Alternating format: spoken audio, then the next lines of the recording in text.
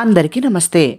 శ్రీమతి మాలతీ చందూర్ గారు రచించిన 'సద్యోగం' నవల 9వ భాగం. సుమిత్ర అతను స్టేట్మెంట్ ఇచ్చినప్పుడు మారు మాట్లాడకుండా టైప్ మిషన్ దగ్గర కూర్చున్నట్లే ఆ ఇడ్లీ వడ కూడా తినేసి కాఫీ తాగింది. రైలు కదిలింది. రైలు కట్టకి ఇరువైపులా పొగాకు వండే ఇటుక బట్టీలు, మధ్య మధ్య పొగాకు మడులు, అరటి తోటలు ఉన్నాయి. అరటి గెలలు నిండుగా ఉండి అరటి చెట్లు భారంగా పక్కకి ఒరిగి ఉన్నాయి. ఆ అరటి చెట్టు చూస్తే సుమిత్రకి మేరీ నిక్నేమ్ పెట్టిన స్లీపింగ్ బ్యూటీ జ్ఞాపకం వచ్చింది. మేరీ పిలుపు బాగా అలవాటయ్యి ఆవిడ అసలు పేరు కాంతామణి అని మరిచిపోయింది. కాంతామణి ఈ అరటి చెట్లు లాగానే బార్ రూంలో భారంగా తిరుగుతుంది కాబోలు. సుమిత్ర ఈ అరటి చెట్ల గురించి మేరీకి చెప్పాలని అనుకున్నది. కాంతామణి భర్తని తను చాలాసార్లు చూసింది. అతను నవమన్మధుడు కాదు.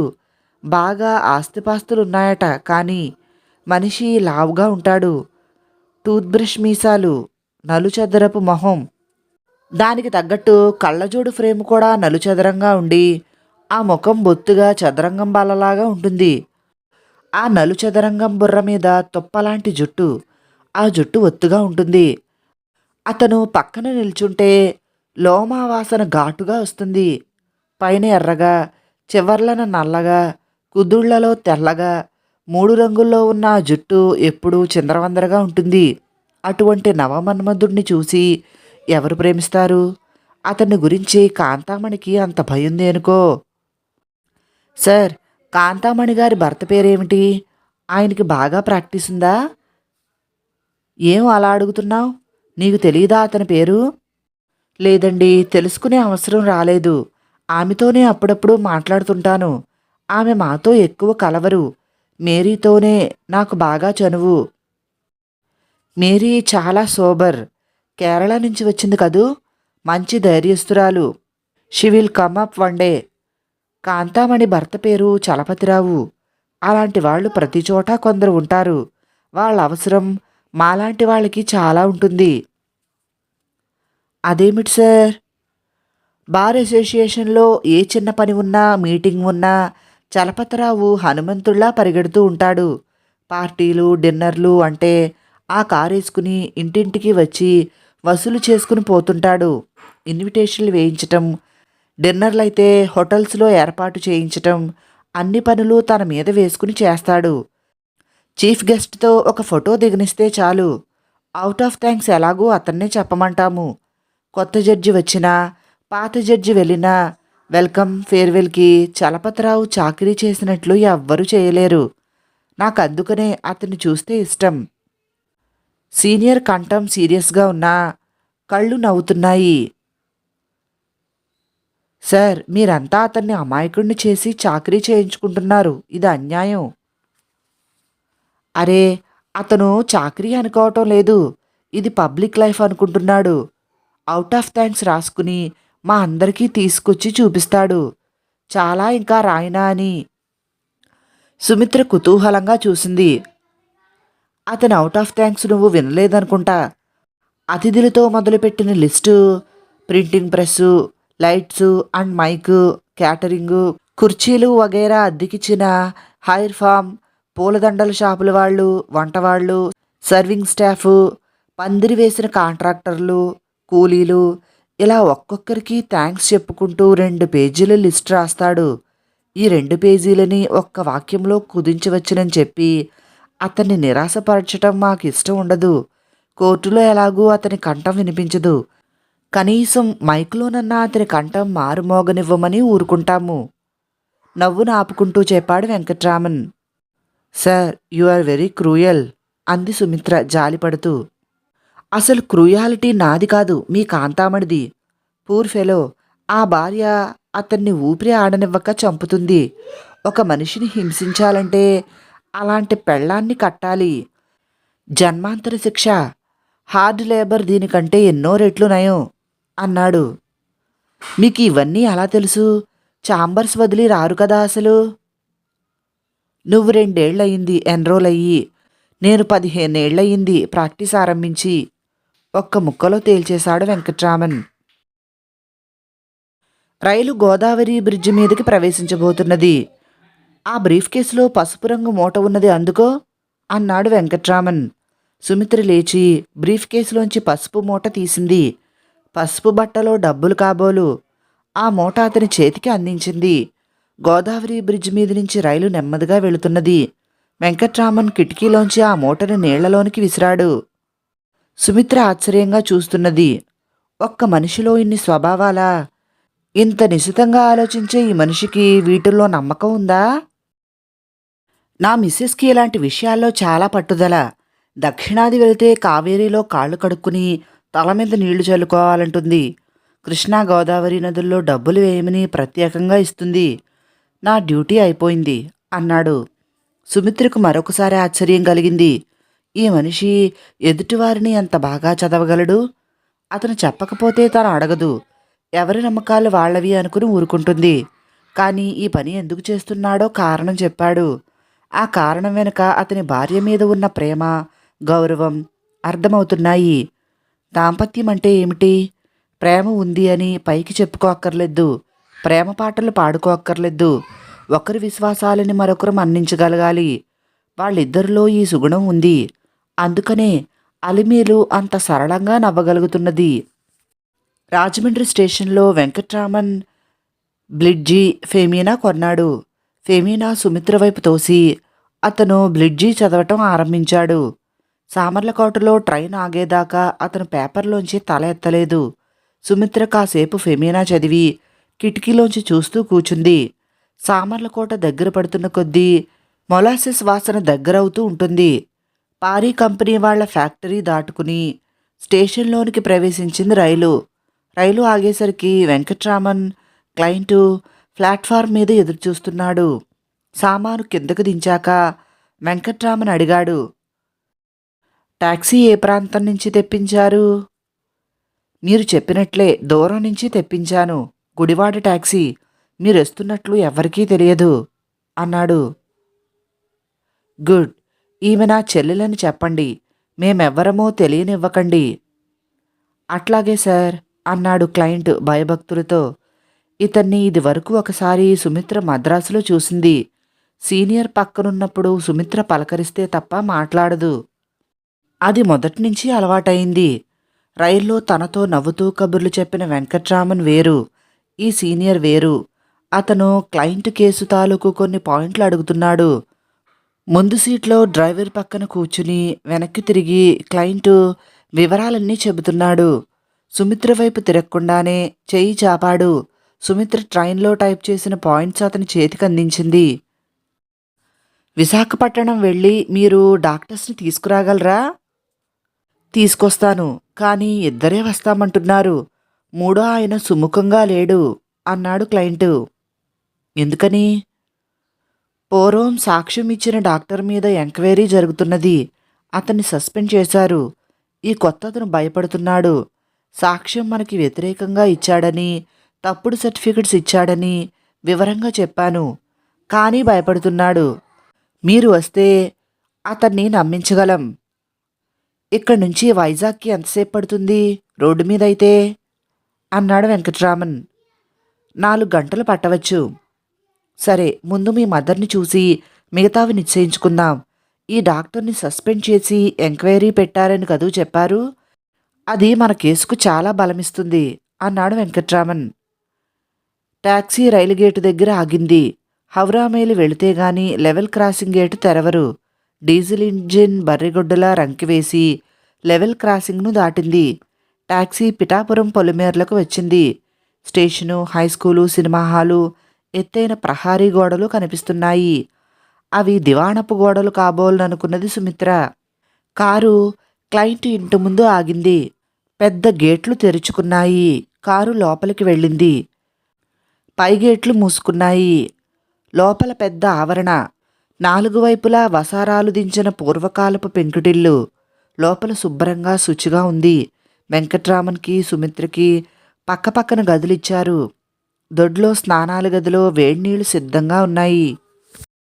స్నానాధికాలు ముగించాక క్యారియర్తో భోజనం తెప్పించి వీరిద్దరికీ ప్రత్యేకంగా వడ్డించారు. వెంకట్రామన్ బ్రాహ్మణుడు, అందుకని విడిగా వండించి తెప్పించారు. భోజనమైన పావు గంటలో వెంకట్రామన్ క్లయింట్ తల్లిని ప్రశ్నించటానికి రెడీ అయ్యాడు. సుమిత్రని ఆమె దగ్గర కూర్చుని మామూలు విషయాలు 5 నిమిషాలు మాట్లాడమన్నాడు. ఆ పైన అతను రంగంలోనికి దిగుతానన్నాడు.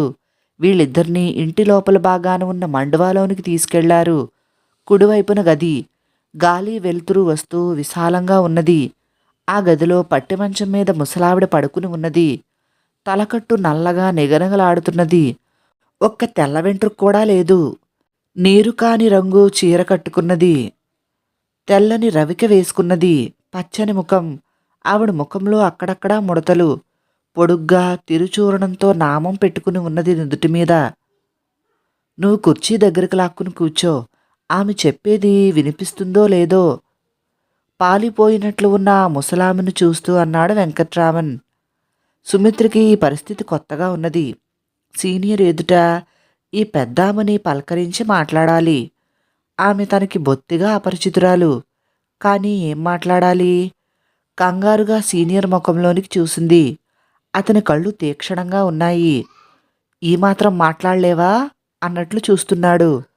సుమిత్ర పక్క మీద నిర్జీవంగా పడి ఉన్న ఆ చేతిని కుడి చేతిలోనికి తీసుకుంది. చెయ్యి చల్లగా ఎండిపోయిన వెదురుబద్దలా ఉంది. ఆ గాజు కళ్ళల్లో స్పర్శజ్ఞానం తాలూకు కదలిక తెలుస్తున్నది. మేము మద్రాసు నుంచి వస్తున్నట్లు అబ్బాయి మీకు చెప్పారా అడిగింది సుమిత్ర. ఆవిడ చెప్పాడు అన్నట్లు తల ఊపింది. మా సీనియర్ మీకు జరిగిన అన్యాయాన్ని సరిదిద్దుతారు. ఆయన ఏ కేసు తీసుకున్నా గెలుస్తారే తప్ప పరాజయం ఎరుగరు. రోగి దృష్టి వెంకట్రామన్ ముఖం మీద నిలిచింది. కేసు న్యాయసమ్మతమైనది కాకపోతే ఆయన ఎంత డబ్బిచ్చినా తీసుకోరు. మీ అబ్బాయికి క్రింద కోర్టులో న్యాయం జరగలేదని హైకోర్టులో న్యాయం జరిగేటట్లు చూడాలని వచ్చారు. ముసలామె నోరు కదుపుతున్నది. ఏదో చెప్పాలని ప్రయత్నిస్తున్నది. సుమిత్ర ఇంకా దగ్గరకు జరిగింది. నాకు మతిస్థిమితం లేదన్నారు. నాకు పిచ్చి లేదు. నెమ్మదిగా బలహీనమైన కంఠంతో నూతులోంచి వలె చెబుతున్నది. అది మాకు తెలుసు. అయితే మద్రాసులో ఇల్లు మీ అబ్బాయికే రావాలంటారా? వాడికే రావాలి. వాడే నాకు కొరివి పెట్టాలి. నా నోట్లో తులసి నీళ్లు పొయ్యాలి అన్నది సన్నగా. సార్, ఈమెకు బాగా తెలివి ఉంది. ఈమె నేను చెప్పింది శుభ్రంగా అర్థం చేసుకున్నారు. ఆస్తి ఈయనకే రావాలంటున్నారు. మీరు దగ్గరికెళ్ళి వినండి. వెంకట్రామన్ క్లయింట్ వంక ఇబ్బందిగా చూశాడు. పక్క మీద ఉన్న ఆ పెద్దామె ఎండు పుల్లల్లాంటి ఆ చేతిని వెంకట్రామన్ వైపు కొడుకు వైపు చూపించి తన గుండెలకు చూపించింది. వెంకట్రామన్ సుమిత్ర వైపు ఏమిటన్నట్లు చూశాడు. మీ ఇద్దరూ ఒకటే. మీరు బిడ్డలాంటివారు అంటున్నారు. పక్కకెళ్ళి కూర్చోండి అన్నది సుమిత్ర. వెంకట్రామన్ మంచం మీద ఆమె పక్కన కూర్చున్నాడు. ఆమె నీరసించిన చేతిని తన 2 చేతుల్లోనికి తీసుకున్నాడు. ఆ చేతిని రాస్తూ ఆమె ముఖంలోనికి చూస్తున్నాడు. ఆ కళ్ళల్లో విపరీతమైన జాలి, కరుణ.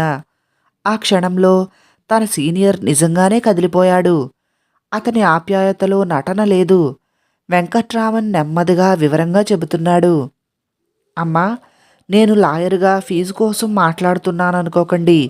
మీ అబ్బాయి చాలా దృష్టివంతుడు. అతనికి ఈ ఆస్తి రాకపోయినా పర్వాలేదు. మీ వంటి తల్లి వాత్సల్యం పొందిన అతను భాగ్యవంతుడు.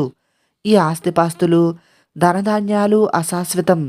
మీ వంటి తల్లిని పొందగలిగిన అతనికి ఏ భోగభాగ్యాలు అవసరం లేదు. కడుపున పుట్టకపోయినా మీరంత వాత్సల్యంతో అతని మీకు తులసి తీర్థం పొయ్యాలని కోరుకుంటున్నారు. ఇంతకు మించిన అదృష్టం ఇంకేమీ లేదు. ఇటువంటి సదావకాశం మా అందరికీ రావాలని ఆశీర్వదించండి. అతని కంఠం బొంగురుపోయింది. కళ్ళు తళతళా మెరుస్తున్నాయి. హృదయపు లోతుల్లోంచి మనస్ఫూర్తిగా అతనన్న మాటలకి ఆ వృద్ధురాలి గాజు కళ్ళల్లోంచి కన్నీరు కారింది. సుమిత్ర కళ్ళు చెమ్మగిల్లాయి. క్లయింట్ కుర్చీలోంచి లేచి కిటికీ దగ్గర నిల్చుండిపోయాడు.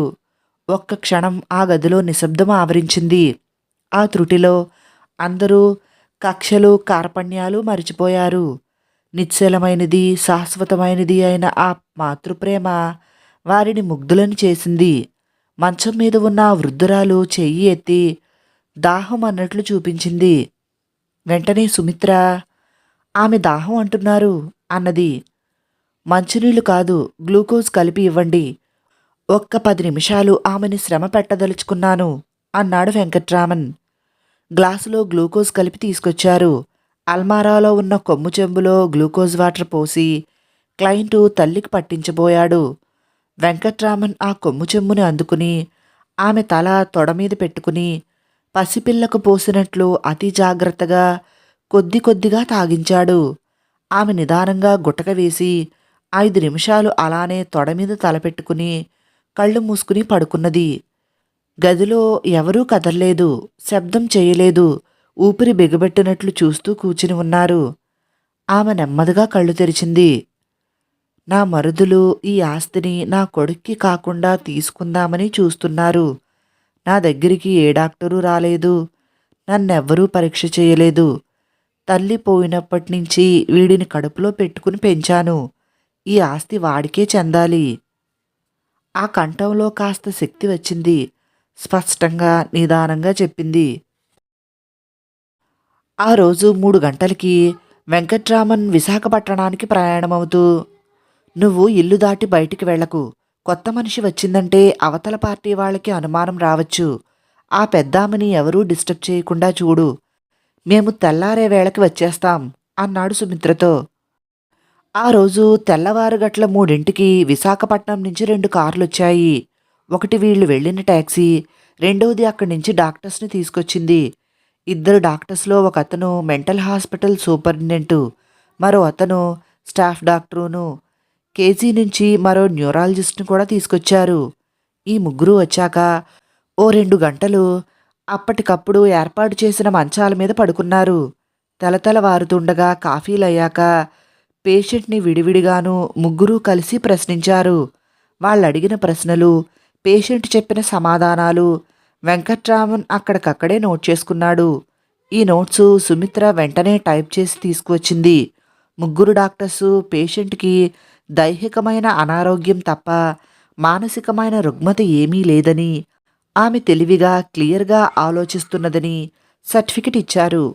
ఈ ముగ్గురు ఒపీనియన్సు విడివిడిగాను ముగ్గురివి కలిపీను వెంకట్రామన్ వారి లెటర్ హెడ్స్ మీద రాయించాడు. వాటిని ట్రూ కాపీలు సుమిత్ర చేత టైప్ చేయించి వాటి మీద కూడా సంతకాలు తీసుకున్నాడు.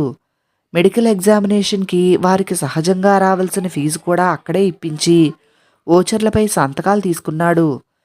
కోర్టులో ఫైల్ చేసే ఎవిడెన్సు పేపర్లు స్ట్రైట్గా క్లియర్గా ఉంటే జడ్జికి మాకు ఎవరికీ కన్ఫ్యూజన్ ఉండదు. ఇవి మా రికార్డుల కోసం తీసుకుంటున్నాను అన్నాడు నవ్వుతూ.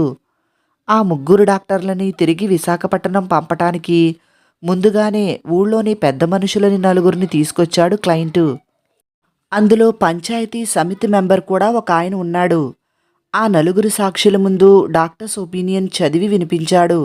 వాటిని సుమిత్ర చేత వివరంగా మళ్లీ తెలుగులో చెప్పించాడు. అక్కడే వారి ముందు విల్లు రాసి ముసలామె చేత వేలుముద్రలు వేయించాడు. ఆమె కుడిచెయ్యి పక్షవాతం వల్ల పడిపోయిందని, అందువల్ల వేలుముద్ర వేయించానని కూడా ఉదహరించాడు. 4 పెద్ద మనుషుల ముందు ఆ విల్లు చదివి వినిపించి ఆ 4 చేత సాక్షి సంతకాలు తీసుకున్నాడు. ఈ విల్లు డాక్టర్ల సమక్షంలో పలానా మద్రాసు అడ్వకేటు స్వదస్తూరిలో రాసినట్లు కూడా ఉదహరించాడు. ఈ పనులన్నీ పకడ్బందీగా చకచక, ఎవరికీ ఆలోచించే వ్యవధి కాదు అని చెప్పే అవకాశము ఇవ్వకుండా ఒక్క 2 గంటల్లో ముగించేశాడు వెంకట్రామన్. అతను ఈ పనులన్నీ నవ్వుతూ నవ్విస్తూ ఇటు ఇంగ్లీష్లో అటు తెలుగులో చెలోక్తులతో పూర్తి చేస్తూ ఉంటే సుమిత్ర కళ్ళప్పగించి చూసింది. 4గురిని కూడగట్టుకోవటం, ఎదుటివారిని అతి ముఖ్యమైన వ్యక్తులుగా ఫీల్ అయ్యేటట్లు చేయటం, ఇవన్నీ న్యాయవాద వృత్తిలో మరొక ఫేస్ కాబోలు. ఈ కొత్త వెంకట్రామన్ని సునీత తొలిసారిగా చూసింది. ముగ్గురు డాక్టర్స్ని ఊరి పొలిమేర దాకా పంపించి వచ్చాడు వెంకట్రామన్. అతను వెనక్కి తిరిగి వచ్చేదాకా సుమిత్ర ఆ 4 పెద్ద మనుషులతో కబుర్లు చెప్పింది. అందులో ఒక అతనికి సుమిత్ర తండ్రి తెలుసు. నువ్వు గోపాలయ్య కూతురువా? మీ నాన్న నేను చిన్నప్పుడు చదువుకున్నాం. బెజవాడలో మా బాబాయ్ ఇంట్లో ఉండి చదువుకునేవాణ్ణి. అప్పుడు చాలా స్నేహంగా ఉండేవాళ్ళం. మీ నాన్నెక్కడా కులాసానా? గోపాలయ్యకు ఇంత చదువుకున్న కూతురున్నదని నాకు తెలియదే అన్నాడాయన సంబరంగా. మేము బెజవాడ వదిలేసి 10 ఏళ్లు దాటింది. మద్రాసులో స్థిరపడ్డాం. అన్నయ్య మెడికల్ షాప్ కొనుక్కుని బిజినెస్ చేస్తున్నాడు. గోపాలయ్య కూడా మద్రాసు వాడయ్యాడన్నమాట. నేను చాలాసార్లు మద్రాసు వచ్చాను. మీరక్కడ ఉంటున్నట్లు తెలియదు. నాన్న అమ్మ పోయి 4 ఏళ్లయింది. సుమిత్ర చెప్పలేక చెప్పింది. అయ్యయ్యో, ఎంత పని జరిగింది. నా పెళ్ళయ్యాక ఈ ఊళ్ళో స్థిరపడిపోయాను. మా పొలాలవి ఇక్కడున్నాయి. బెజవాడ స్నేహితులతో సంబంధం పోయింది. మీరెంతమంది? ఇద్దరమే, అన్నయ్య నేను. అన్నయ్యకి పెళ్ళయిందా? పిల్లలెంతమంది? గుక్క తిప్పుకోకుండా ప్రశ్నలు అడుగుతున్నాడాయన. అయ్యింది, ఒక అబ్బాయి అమ్మాయి. మరి నీ మాట చెప్పలేదు, పెళ్ళయిందా? మీ ఇద్దరూ లాయర్లన్నమాట. చాలా సంతోషం. ఆయన సుమిత్ర చెప్పేది పూర్తిగా వినిపించుకోకుండా మిగతా ముగ్గురికి తన చిన్ననాటి స్నేహితుని కబుర్ల గురించి చెబుతున్నాడు. సుమిత్రకి ఇబ్బందిగా ఉంది. ఈయన ఎవరో తెలుసుకోకుండా చుట్టరకాలు కలిపేస్తున్నాడు. వెంకట్రామన్ తన సీనియర్ తప్ప ఆయనకి తనకు ఏ సంబంధం లేదని ఎలా చెప్పాలి? ఇతను అన్నీ ఊహించుకుంటున్నాడు. నిజం చెప్పాలి అని ఆతృతపడుతున్నది. ఈలోగా వెంకట్రామన్ రానే వచ్చాడు. కథ కొనసాగుతుంది. తర్వాత ఏం జరిగిందో వచ్చే భాగంలో తెలుసుకుందాం. విన్నందుకు అందరికీ చాలా చాలా థ్యాంక్స్. నచ్చితే వీడియోని లైక్ చేసి నా ఛానల్ను సబ్స్క్రైబ్ చేసుకోండి ప్లీజ్. మరిన్ని కథలు నవలల కోసం డిస్క్రిప్షన్లో మరియు కమెంట్ బాక్స్లో ప్లేలిస్ట్ లింక్స్ ఉన్నాయి, ఒకసారి చూడండి. ధన్యవాదములు. మీ ప్రసన్న.